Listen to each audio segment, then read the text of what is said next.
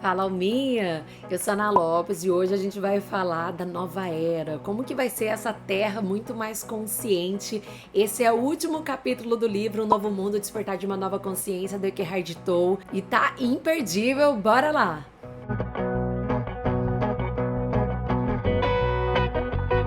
Já parou para pensar como seria um futuro onde as pessoas tivessem consciência? Como seria esse futuro ideal?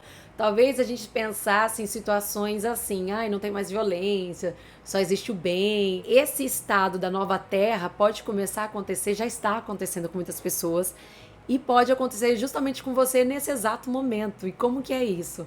Nesse começo desse capítulo, ele fala assim sobre como que foi a criação da Terra, que aconteceu há 15 bilhões de anos atrás e que começou com uma grande explosão e aí desde então foi se expandindo, o universo foi ficando mais complexo, com outras galáxias, outras coisas.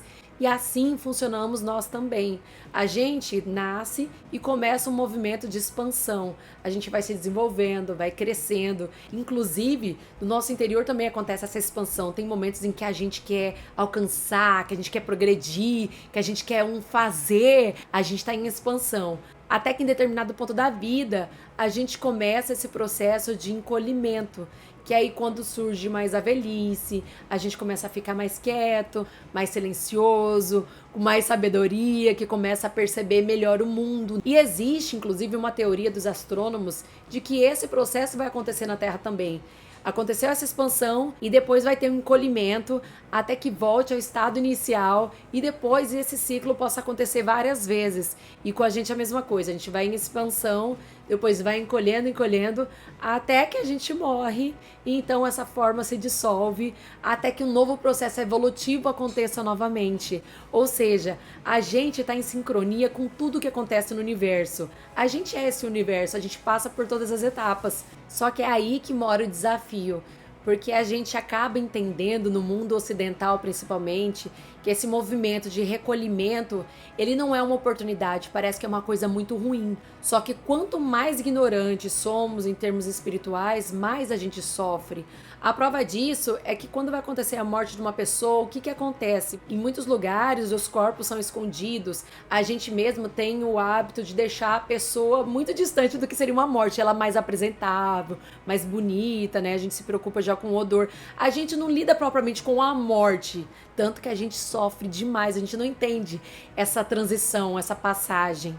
E todo esse despreparo só mostra a identificação que o nosso ego tem com relação a essas coisas. Quando a gente perde no nível da forma, a gente ganha no nível da consciência.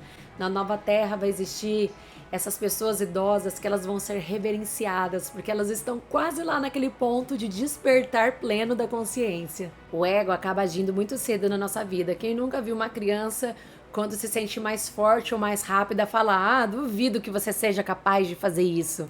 Isso é o ego fazendo essa diferenciação, né? Eu sou mais forte, você é mais fraco. Mas à medida que a consciência ela vai aumentando, o ego vai diminuindo. Uma coisa não existe junto da outra. E a diferença é que a gente não precisa estar no momento de desgaste do corpo, com fluxo de pensamento menor, que pode ser na velhice, ou em decorrência de alguma doença, limitação, para que o nosso ego diminua e então a gente consiga perceber a vida de forma mais acentuada. A gente não precisa passar por isso. A gente precisa treinar esses momentos de presença.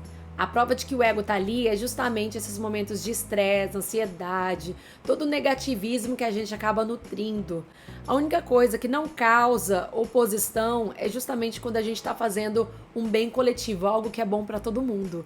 Aí sim tem a inclusão e a unidade. E aí você vai me falar: nossa, mas como que eu vou viver então nesse mundo que é cheio das formas, né? Tem as coisas, os objetos, eu tenho que ter as coisas, né? Na verdade, uma coisa permeia a outra. A gente existe nesse lugar de formas, mas tem como a gente ficar num nível consciente. Porque é assim, a gente pode até perder o que a gente tem, mas não quem a gente é. Se você quer ter sucesso no futuro, então você precisa focar no agora. E tem 3 indicativos de ações despertas que você pode perceber. A primeira delas é a aceitação. Quer dizer que a gente não vai fazer sempre tudo o que a gente quer. Às vezes a gente faz coisa que tem que fazer porque é necessário naquele momento, mas não algo que realmente a gente deseje. Então, como que a gente faz? A gente aceita. É aquela fala, aceita que dói menos. Quando você aceita e vai fazer aquela atividade porque você sabe que é importante, então naquele momento que você aceita, a sua vibração muda. Você começa a emanar uma vibração de calma, de paz. Essa é a aceitação. A segunda modalidade da ação desperta é o prazer. O nosso ser, quando está nesse estado de presença, ele sente muita alegria. Então, ele transborda essa alegria. O erro mais comum das pessoas inconscientes é esperar pela felicidade, achar que se acontecer alguma coisa é que você vai ser feliz. Então, essas pessoas nunca chegarão na felicidade. Outro equívoco é quando a gente fala assim, eu gosto de fazer isso ou aquilo. Quando a gente fala dessa forma, parece que a felicidade está nas coisas. Então, são as coisas lá de fora que estão me frustrando. Toda a minha infelicidade é por culpa das coisas e não é bem assim. Na verdade, aqui tem até uma sugestão do que você pode fazer, que é uma lista das coisas que você sente tédio ou sente estresse. Por exemplo, eu tenho que cozinhar, tenho que fazer compras.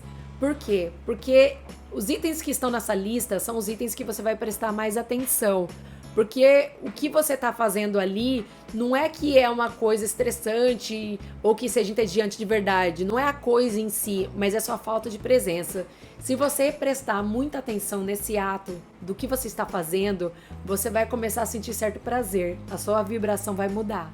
E a terceira ação desperta é o entusiasmo. É assim, quando você se mantém coerente com o seu propósito interior, você vai fazendo pequenas coisas que têm a ver com esse propósito interior. Até que um dia você descobre o que realmente você tem que fazer, do tipo, já sei, eu vou fazer isso. E aí você fica muito entusiasmado, chegou esse momento em que você está consciente e você pegou alguma informação aí em que você estava unificado com o todo. O importante é você sentir prazer no trajeto que você deseja percorrer.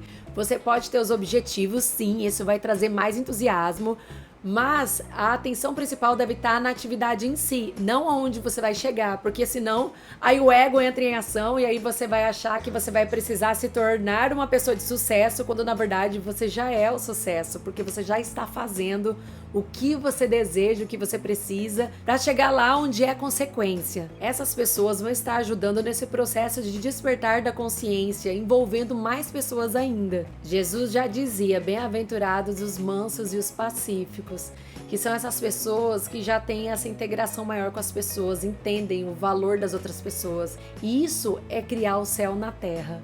Bom, espero que você tenha gostado desse livro. Para mim foi um grande despertar. Várias viradas de chave aconteceram. E eu pretendo trazer outros conteúdos com esse foco do autoconhecimento. Então a gente se vê por aqui. Tchau!